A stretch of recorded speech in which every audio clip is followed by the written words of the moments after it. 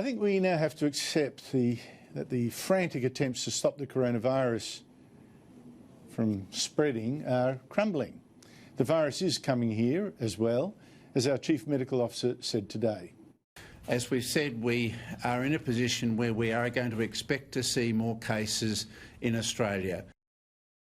In fact, over the weekend we lost our first victim to the virus, James Kwan, who was 78, and he was one of the passengers we brought home from the Diamond Princess cruise ship where he contracted the virus.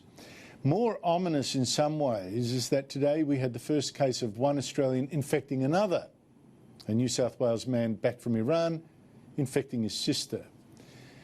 And the Federal Attorney-General, Christian Porter, today warned that we might soon have to accept restrictions like you've never seen here before.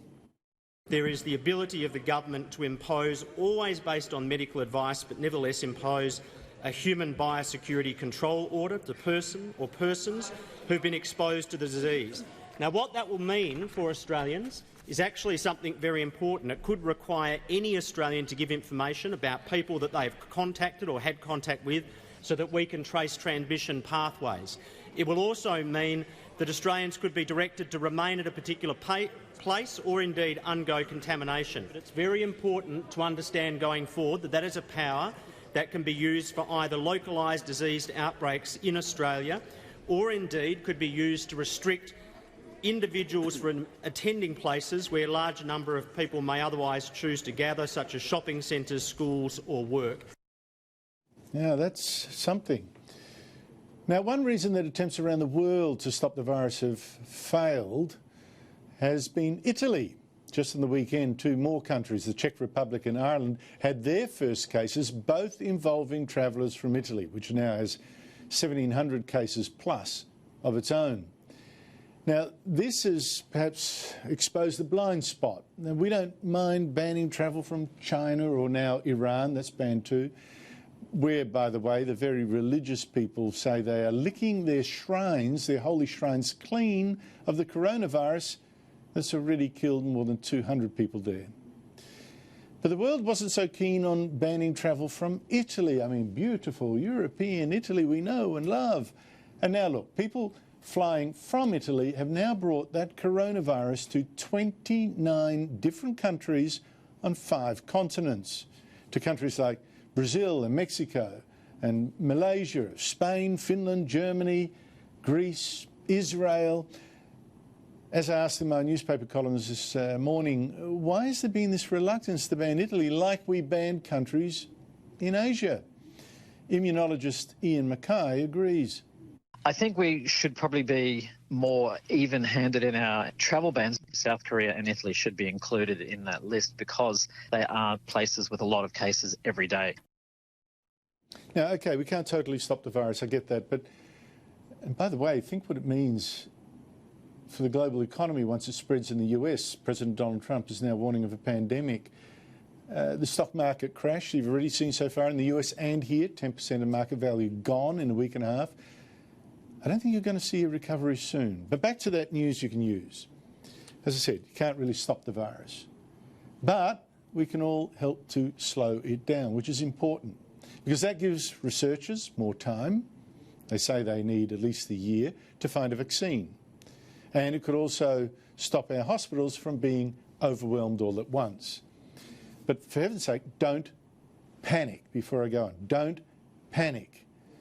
In the West so far, of every 100 people who get the virus, 99 recover.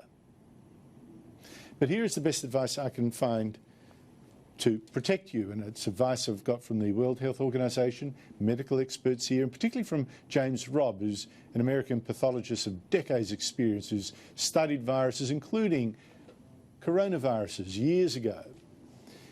Now, first, what you need to know is that this is a virus that can make you sick only if it gets into your lungs. And it gets there not so much if you just breathe the air, really. It gets there if someone, say, sneezes in your face, so keep your distance, a metre or more. But mostly, you get the virus to your nose and your mouth through these, your hands. We touch our faces all the time. So the best thing a face mask does really is not protect you by filtering the air. It doesn't really do that, but to stop you touching your face. But someone with the virus might have wiped their face with their hands or blown their nose and then touched a door or a railing or a lift button. They may have spat or sneezed on the table, and the virus then can live there for days. So, tip, big tip, wash your hands often, say the experts. Warm water for 30 seconds with soap, back and front. That's even better than most sanitisers. More. Maybe let's stop greeting female friends with kisses on the cheek. And if the virus spreads, maybe don't shake hands. How about a fist bump? If you're really getting paranoid, open doors with an elbow or your backside. Push the lift buttons with your knuckle. And if you need to blow your nose, use a tissue, not a hanky, and then bin it carefully. Or if you're really caught short, don't sneeze or cough into your hands, but your elbow. And if you do get sick, don't go to work, and call your doctor beforehand. Don't just rock up in the waiting room with all these other poor patients around you. And if the virus really, really somehow does get bad in your area of work, and there's no sign of that yet, don't panic.